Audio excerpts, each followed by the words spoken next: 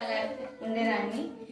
అలానే ఏమైనా చిన్న ఇష్యూ జరిగినా మా నాన్న వెళ్ళి మీ తాతకి చెప్తానా ఇలా ఉంటున్నావు అని చెప్పి అసలు అంత భయం అనమాట మా తాతకి ఇప్పటికి.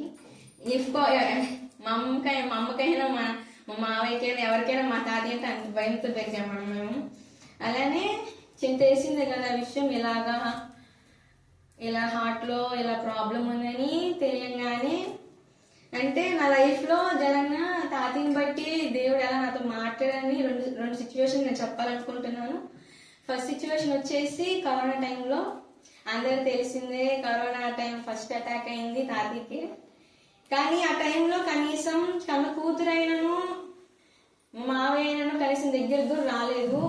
మా నాన్నని పంపించేవాడు కదా, దూరంగా ఉండని చెప్పేసేవాడు. కానీ తాతయ్య అనేవాడు నాకు ఇలా పాజిటివ్ వచ్చిందిరా దూరంగా ఉండండి నాకు అనేవాడిని. నేను మా అమ్మమ్మ లెక్క చేసేవాళ్ళం కాదు. ఏం కాదులే, వస్తే పాజిటివ్ వస్తే ఏం కాదులే, నేను నీతో పాటు వచ్చేస్తానులే అనేదాన్ని. కానీ అలా అనడంతో కానీ నేను తాతయ్య దగ్గర ఉన్నాను. ఆ టైంలో తను తగ్గుతున్నా ఏం చేస్తాను తాతయ్య దగ్గర ఉన్నాను. ఆయన సేవలు చేసే ఉన్నాను ఆ టైంలో, కరోనా టైంలో చేసినప్పుడు. తర్వాత ఇలా పాజిటివ్ అని తెలిసింది, పంపించారు. తర్వాత ఇక్కడ మొత్తం ఇక్కడ కాలనీ మొత్తం జరంగానే కరోనా టెస్టులు జరంగానే తాతయ్యకి అమ్మకి మాత్రం పాజిటివ్ వచ్చింది ఇక్కడ. ఇంకా అంటే తాతయ్య అంటే అమ్మమ్మ గారు కొంచెం దూరంగానే ఉంది, నేను దగ్గర దానికి నాకు మాత్రం నెగిటివ్ వచ్చింది. అంటే అనిపించింది ఎందుకు తండ్రి ఇలాగా అని చెప్పి అనిపించినప్పుడు ప్రార్థించాను. అప్పటికప్పుడే తాతయ్య వాళ్ళని అమ్మమ్మని ఇద్దరిని హాస్పిటల్కి పంపించడం, అంటే నైటే పంపించేసాము ఇక్కడ నుంచి. మళ్ళీ అప్పుడు ఎలా చూసారో ఇక్కడ వాళ్ళందరికీ తెలుసు, కనీసం ఇంకా మొత్తం క్లోజ్ చేశారు రాకుండా. కానీ ఆ రోజు నైట్ తాతయ్య వెళ్ళిపోయాడో చెప్పేవాడు, నేను తిరిగి వస్తానో తెలియదు కానీ నీ మాత్రం ప్రార్థన చేసుకో, ఇలా సేవ చేయాలని చెప్పేసేవాడు. కానీ మా అమ్మ ఆ మాటలు వేసి ఏడ్ చేసింది. ఎందుకు అంటే ఆ మాటలు అది నా 8th లాస్ట్ అంటే 8th 9th మధ్యలో ఈ సిచ్యువేషన్ జరిగింది. ఏడ్చినప్పటికీ నాకు భయం వేసేది కాదు. ఎందుకు దేవుడు ఉన్నాడు కదా, దేవుని సేవకుడు, దేవుడు ఖచ్చితంగా కాపాడతాడు కదా, ఎందుకు ఏడుస్తున్నా అని నేను ఇంకా మనుషులు చెప్పుకుంటే అయితే కాదని చెప్పేసి ఇంకా చిన్నప్పటి నుంచి తెలిసిందే కదా, ఏ కష్టం వచ్చినా నేను ప్రార్థన చేయడమే నేర్పించాను మా తాత. అలానే దేవుని సన్నిధిని మొదలుపెట్టాను అనమాట. ఇలాగా అంటున్నారు, ఇన్ని మాటలు అంటున్నారు, కానీ నువ్వు చేయగల దేవుడు, నువ్వు నమ్మగలిగిన దేవుడు అని చెప్పేసి నేను దేవునికి ప్రార్థించినప్పుడు దేవుడు నాకు ఇలా భయపడకము, నేను తోడై ఉన్నాను, దిగులు పడకము, నేను తోడై ఉన్నాను అన్నాడు. ఆ సమయంలో నాకు ఇంకా దేవుడు చూసుకుంటాడులే ఏం కాదులని. అలానే నేను ప్రార్థించడంతో నా ప్రార్థనకి ప్రతిఫలంగా ఎలా వచ్చిందంటే తాతయ్య అమ్మ క్షేమంగా ఇంటికి వచ్చారు. అలానే ఈ మధ్య జరిగిన సిచ్యువేషన్ మాత్రం కొంచెం అంటే ఎలా అంటే నాకు తెలియదు, ఇలా హాస్పిటల్కి వచ్చిన సంగతిగా నాకు తెలియదు. నేను హాస్పిటల్లో క్లాస్లో ఉండగా తాతయ్య మెసేజ్ చేశాడు, ఏమని ఇలా వస్తున్నానమ్మా నిన్ను చూడడానికి, ఇలా వస్తున్నాను కానీ సరే వస్తున్నారు కదా, నా దగ్గరికి వస్తున్నారు కదా అనుకున్నాను. అయితే మధ్యాహ్నం ఫోన్ చేసి ఎంత దూరం వచ్చారమ్మా ఎలాగని చేయగానే లేదమ్మా తాతయ్య అడ్మిట్ చేశారని చెప్పారు. అడ్మిట్ చేశారని చెప్పగా అసలు ఏమైంది, నా దగ్గరికి వస్తున్నారు కదా మీరు, ఇలా అడ్మిట్ ఎందుకు అడిగారు అని చెప్పేసి అడిగాను. అడిగితే నేను ఇక్కడికి వస్తున్న సంగతి నాకు తెలియదు, సో అలా అడిగాను. అంటే ఇప్పుడు సడన్ గా అంటే ఇన్ని రోజులు చూడలేదు తాతయ్య, ఇప్పుడు దాకా నా దగ్గరికి వచ్చి 2 times, సెకండ్ టైం అనుకున్నాను. వచ్చినప్పుడు ఇలా వస్తున్నారు అనుకున్నాను, కానీ ఇలా అడ్మిట్ చేసినాను కానీ అసలు ఏమైందో నాకు తెలియదు.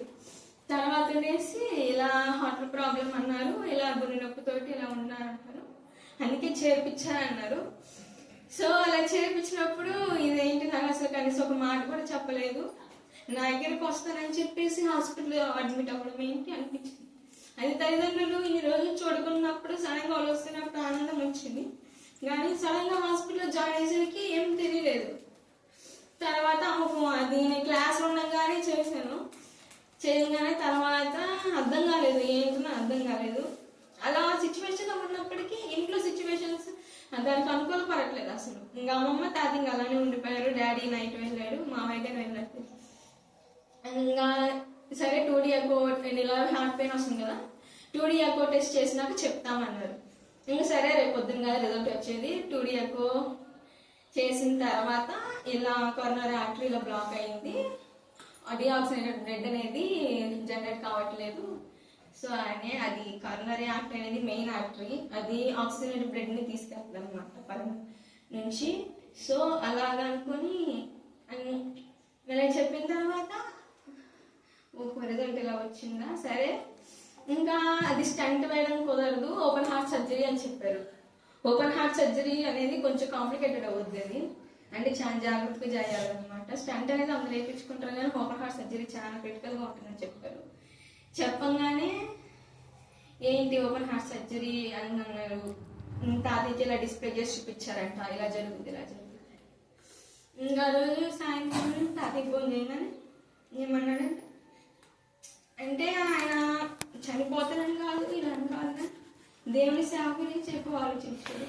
ఎక్కడ సేవ తగ్గిపోద్ది, ఎక్కడ ఈ సేవ ఆగిపోద్ది అని చెప్పేసి నాకు ఫోన్ చేసేసి ఇలా అనగానే, చింతనే నువ్వు సిద్ధపడి బాప్తీసం కలుగు, నువ్వు నేను వెళ్ళిపోయిన తర్వాత నువ్వే సేవ చేయాలి, నేను బతుకుతానని నాకు తెలీదు అని చెప్పేసి చెప్పంగా ఇదేంటి ఇలా మాట్లాడుతున్నాడు అనగానే నా నోట్ల నుంచి మాట్లాడలేదు కాబట్టి నేను ఫోన్ కట్టేశాను. ఏం మాట్లాడలేదు, ఏం చెప్పలేదు రిప్లై, కానీ భయంతో ఫోన్ కట్టేయగానే ఇంకా నేను ప్రార్థించాను.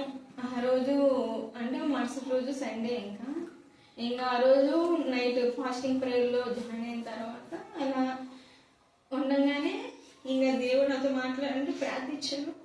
దేవుడు నాతో మాట్లాడిన మాట ఏంటంటే 1 కొరింథీయులకు రాసిన పత్రిక 10వ అధ్యాయం 13వ వచనం చదువుకున్నాను. సాధారణంగా మనుషులకు కలుగు శోధన తప్ప మరి ఏది మీకు సంభవింపలేదు. దేవుడు నమ్మదగిన వాడు, మీరు సహింపగలిగినంతకంటే ఎక్కువ ఆయన మిమ్మల్ని శోధింపనీయడు. అంతేకాదు సహింపగలుగుటకు ఆయన శోధనతో కూడా తప్పించుకుని మార్గం కలుగుతుంది అనగానే మాట దేవునితో మాట్లాడంగానే, అంటే సాధారణంగా మనుషులకి ఎలాంటి శోధన కలుగుద్దో అలాంటి శోధనే మీకు వస్తుంది. అది ఎందుకంటే మీరు ఎంతగా సహింపగలుగుతారో అంత శోధన మాత్రమే మీకు ఉంటుంది. కానీ ఎక్కువ అంటే మీరు సహింపగలుగుటకు ఆయన శోధన తప్పించుకొని మార్గంగా, అంటే ఒక మనుషుడు ఎంతవరకు అయితే ఫోర్స్ఫుల్గా అంటే ఎంతవరకు మొత్తపడతాడో అంతవరకు సహింపగలంత వరకే శోధిస్తాడు అంట. అలానే ఆ శోధన నుంచి తప్పించుకుని మార్గంగా ఆయన చూపిస్తానన్నాడు. ఈ వాక్యంలో దేవుడు అలా మాట్లాడాడు అని నేను అనుకున్నాను. ఆ రోజు పక్క రోజే ఇలా అక్కడ నర్సింగ్ హాస్టల్లో ఇలా ప్రేయర్స్ జరుగుతాం. మేము ప్రేయర్స్ పెట్టినప్పుడు ఇలా 4th రాక వచ్చి, అరే నువ్వు ప్రిపేర్ అవ్వు, ఇలా వాక్యం చెప్పాలి, నీ మాటలు అందించాలనగానే సరే నేను చెప్తానని చెప్పేసి అన్నాను. నేను ప్రిపేర్ అవ్వగానే దేవుడు నాకు చూపించిన మాట ఇదే మాట చెప్పాడు. ఎలాగా అంటే దావీదు గారిని ఎలాగా సౌలు గారు తరుముతున్నప్పటికీ, అంత శోధన వచ్చినప్పటికీ దావీదు గారు ఎక్కడ తగ్గలేదు, ఒక్కొక్క మెట్టు ఆయన ఎక్కుతానే వచ్చాడు. సౌలు తన అవిధేయత వల్ల ఒక్కొక్క మెట్టు దిగుతా వచ్చాడు. అంటే ఇంకా అలానే వాళ్ళని ఆధారం చేసుకొని, అవును నిజంగానే శోధనలో ఉన్నప్పుడు ప్రార్థన, శోధన పడకుండా మెలుకుని ప్రార్థించమని చెప్పాడు కదా, ఇంకా ప్రార్థించాను. ఇదే శోధన అనుకున్నాను నేను. అంటే ఇక్కడి నుంచి స్టెప్ ఎక్కడమే, ఈ స్టెప్ లోనే నేను నిరూపించుకుంటానేమో, అంటే ఎక్కడ కృంగిపోకుండా నేను నిరూపించుకోగలుగుతానేమో దేవుని దగ్గర. అంటే నాకు టెస్ట్ లాగా అయిపోయింది. నేను బాగా ప్రార్థించినప్పుడు దేవుడు ఇచ్చిన మాట ఇదే నాకు. అప్పటికి మళ్ళా ప్రార్థించగానే ఏమైనా వాగ్దానం వచ్చింది, సేమ్ అలానే, నీ హృదయం అంటే నువ్వు భయపడకము, నేను నీకు తోడై ఉన్నాను, దిగులు పడకము, నేను నీకు తోడై ఉన్నాను. అప్పుడు కరోనా టైంలో అదే వాగ్దానం, ఈ టైంలో అదే వాగ్దానం. సో నాకేమనిపించిందంటే, సార్ ఆనాడు దేవుడు నేను ప్రార్థన చేసినప్పుడు ప్రతిఫలంగా ఇచ్చాడు, ఈనాడు కానీ అదే వాగ్దానంతో నన్ను తాగుతున్నాడు. ఖచ్చితంగా మా తాతకి నయమైపోద్ది అని చెప్పేసి నేను ఫుల్, అంటే ఇంకా మా అమ్మ మన తాత ఏడ్చడానికి అసలు నేను ఏడ్చడానికి కాదు, ఇంకా చెప్పేదాన్ని ఎందుకు ఆడొక ప్రార్థన చేస్తున్నాను కదా. ఇంకా అదే వాగ్దానం వచ్చేసరికి ఖచ్చితంగా దేవుడు ఆయన కార్యం జరిగించిపోతున్నాడు. సో ఇంకా అంత బాధ అక్కర్లేదు అనిపించింది. ఇంకా హాస్పిటల్ డిశ్చార్జ్ అవ్వడం నా దగ్గరికి రావడం జరిగింది. ఇంకా అలానే చెన్నై వెళ్ళడం వల్ల ఇలా కోర్స్ వాడనని చెప్పారు. చెప్పడంతో 3 months లో క్యూర్ అవుద్ది అనిపించింది. అంటే దేవుడు ఆ శోధన నుంచి తప్పించుకునే మార్గంగా ఆయన చూపిస్తున్నాను కాబట్టి నేను ఆ వాక్యం మీద స్థిరపడి ఉన్నాను. ఇంకా తర్వాత ప్రార్థించిన కొలది ఇంకా తాతయ్య ఆశ ఏంటంటే, ఎంతమంది నా తండ్రి ఇంటి వార్త నుంచి ఎంత శోధన వచ్చినప్పటికీ తాతయ్యని దేవుని సేవకి నేను నిలబెట్టుకున్నాడు. ఎంత శోధన, చాలా శోధన. అసలు చిన్నప్పటి నుంచి చూస్తూనే వచ్చాను. ప్రతి ఒక్కరి కొరకు ఇలా ప్రార్థించుతుంటే అనిపించేది ఎవరొకరు ఇంట్లో ఇలాగా దుష్టుడు దాడి చేస్తాడు, ఖచ్చితంగా మన విశ్వాసాన్ని పడగొడతాడని. అలానే అక్కడ 12వ వచనం చూసుకున్నట్లయితే, తాను నిల్చుని నన్ను తలుచుకొని వాడు పడుకున్నట్లు జాగ్రత్తగా చూసుకునేవాడు. అంటే మనం నిలుస్తాం అనుకుంటాం, కానీ మనకు వచ్చే శోధన వల్ల మనం పడిపోతాం, ఖచ్చితంగా అటు ఇటు తొలగిపోతాం అన్నమాట. అందుకే ఎక్కడ ఆ శోధన నుంచి అటు ఇటు తొలగకుండా ఉండాలంటే దేవుని సహాయం అవసరం మనకి. అదే సమయంలో నేను ప్రార్థించాను, తండ్రి నేను అక్కడ పడిపోకుండా ఇలా నేను ఒక మాట మీద స్టిక్ ఆన్ అయ్యి ఉన్నాను. నువ్వు నాకు మా తాతని స్వస్థపరుస్తున్నాను, నన్ను నమ్మదగిన వాడు కాబట్టి, నాకు ప్రతి శోధన నుంచి తప్పిస్తాను అనుకున్నా కాబట్టి నువ్వు ఖచ్చితంగా నాకు ఇచ్చిన మాట నిలబెట్టుకుంటావు అని చెప్పేసి నేను ప్రార్థించినప్పుడు ఇంకా దేవుడు అన్నాడు, నువ్వు అటు ఇటు తొలగకుండా నిలకడగా ఉన్నట్లయితే ఖచ్చితంగా నీ ప్రార్థనకి ప్రతిఫలం ఇస్తానన్నాడు. అదే విధంగా అంటే ఊరికొరికి రావడానికే నాకు సెలవులు ఉండు. ఈ క్రిస్మస్ డే హాలిడేస్ అని అనుకోలేదు. మెయిన్ రీజన్ తాతయ్యలో ఫోన్ చేసి నేను చూడాలనిపిస్తుంది రారా అనేసరికి, ఇక్కడేమో హాలిడేస్ ఉంటుంది తాతయ్య, నాకు ఇలా క్లినికల్స్ ఉంటాయి, మాకు సెమ్ జరుగుతుంది. ఇంకా అడిగినా వెళ్ళి అంటే లీవ్ అడిగినా వెళ్ళి ఇచ్చే పరిస్థితులు లేదు అక్కడ. అడిగినప్పటికీ ఇంకా ప్రార్థన చేసుకుని చిత్తం ఉంటే నేను ఇంటికి తీసుకువెళ్ళు, నీ చిత్తం ఉంటే ఇంటికి తీసుకువెళ్ళు, నేను చూడాలనుకుంటున్నాను ఏమో అని చెప్పి దేవుడిని అడిగాను. దేవుడు తన కృప బట్టి ఇలా లీవ్ ఇచ్చబట్టి వచ్చారు. అంటే లీవ్ అని చెప్పారు. ఈ క్రిస్మస్ హాలిడేస్ కానీ సెమ్ ఉండడం వల్ల ఇవ్వలేదు. సంక్రాంతికి 2 వీక్స్ ఇస్తారని చెప్పారు, అది కానీ గ్యారెంటీ లేదని చెప్పారు. అనిపించింది ఎందుకు ఇట్లాంటి కోర్స్ తీసుకున్నాను, కనీసం చూడడానికి కానీ వెళ్ళడానికి కానీ పర్మిషన్ ఉండదు, ఎందుకని కోర్స్ కానీ దేవుని చిత్తం ఏమై ఉందో మనకు తెలియదు కాబట్టి దేవుని చిత్తం కోసం నేను ప్రార్థించేదాన్ని ఎక్కువ. అటు అంటే ఇక్కడ జరిగేది ఏది నా దగ్గర తీసుకురారు ఎవరు, ఎందుకంటే మా డాడీ కానీ భయపడతారు. మీ నాన్నకి అదే మా అమ్మతో అంటారు, మీ నాన్నకి సంబంధించిన విషయాలు పిల్లకి చెప్పొద్దు, అక్కడ బాధపడుతుంది, మళ్ళీ తన స్టడీస్ డిస్టర్బ్ అయిపోద్ది. కానీ భయం ఉండేది.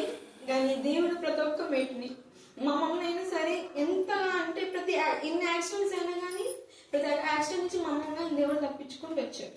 ఎంత శోధన మనుషుల వాళ్ళకి కలిగినాను అంటే ఎంత శోధన వచ్చినప్పటికీ కుటుంబం పరంగా ఎక్కువ శోధనలు అయిపోయి మా ఇంట్లో మాకే శోధనలు.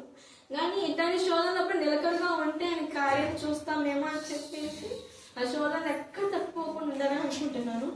ఈ సాక్ష్యం ద్వారా అంటే ఈ మాట ద్వారా ఏమని చెప్తున్నానంటే, మనకి ఎన్ని శోధనలు వచ్చినానో ఆయన తప్పించగల దేవుడు, ఎందుకంటే ఆయన నా దేవుడు నమ్మదగిన వాడని చెప్పింది. కాబట్టి మీరు సహింపగలిగినంత కంటే ఎక్కువగా ఆయన శోధింపనీయడు.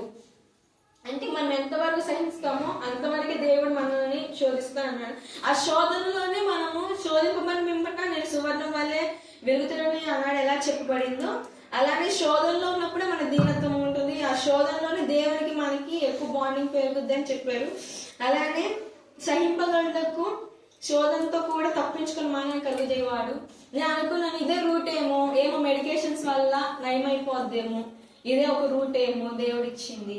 ఇంకా ఏ స్ట్రెస్ తీసుకోకుండా డైట్ ప్రకారం ఉంటే తగ్గిపోద్ది అని చెప్పారు. ఇంకా మాట మీద స్టిక్ ఆన్ అయ్యాను నేను. సరే దేవుడు చెప్పాడు కదా, ఇంకేంటి ఆయనకే కదా, ఆయన సేవకు వాడాలనుకుంటే బతికించుకుంటాడు. ఇంకా అదే తాతయ్య అన్నట్టు బతికితే నీకు రుచి, అదే బ్రతికితే క్రీస్తు కొరకు బ్రతకాలని చెప్పేసి పౌలు గారు అన్నట్టు ఆయన కొరకే ఆయన సేవలోనే బ్రతకవాలని అది వాడబడ్డయితే ఆయన అత్యధికంగా ఇంకా వాడుకుంటారు. నాకు ఇచ్చిన ఫ్రెండ్ సర్కిల్ గానీ ఎలా ఉంటుందంటే ప్రతి ఒక్కరు ప్రేయర్ చేశారు తాతయ్య గురించి. ఇంకా అందరు ప్రార్థన ఆలకించి ఇక్కడ కానీ సంఘ ప్రార్థన ఆలకించి దేవుడు మళ్ళీ మా తాతని మధ్యలో నిలబెట్టాడు అని అనుకుంటున్నాను. అది ఇంకా ప్రార్థించేయండి, గట్టిగా ప్రార్థించేయండి, ఇంకా పూర్తిగా కోరుకొని ఇంకా విస్తారంగా ఇంకా ఆయన మాటలు అందించాలని చెప్పి అనేక మంది బలపడాలని, అనేక మంది సంఘాలు నడిపించాలని. ఎన్ని శోధనలు వచ్చిన దుష్టుడు ఏదో రకంగా శోధిస్తాడు, ఎన్ని మాటలన్నా నిలకడగా దేవుడు ఉంచుతున్నాడంటే ఆయన కృప మాత్రమే. మా ఈ కొద్ది మాటలు చెప్పాలనుకున్నాను. ఇచ్చిన సాక్ష్యం దేవుడు దీవించను గాక. ఆమేన్.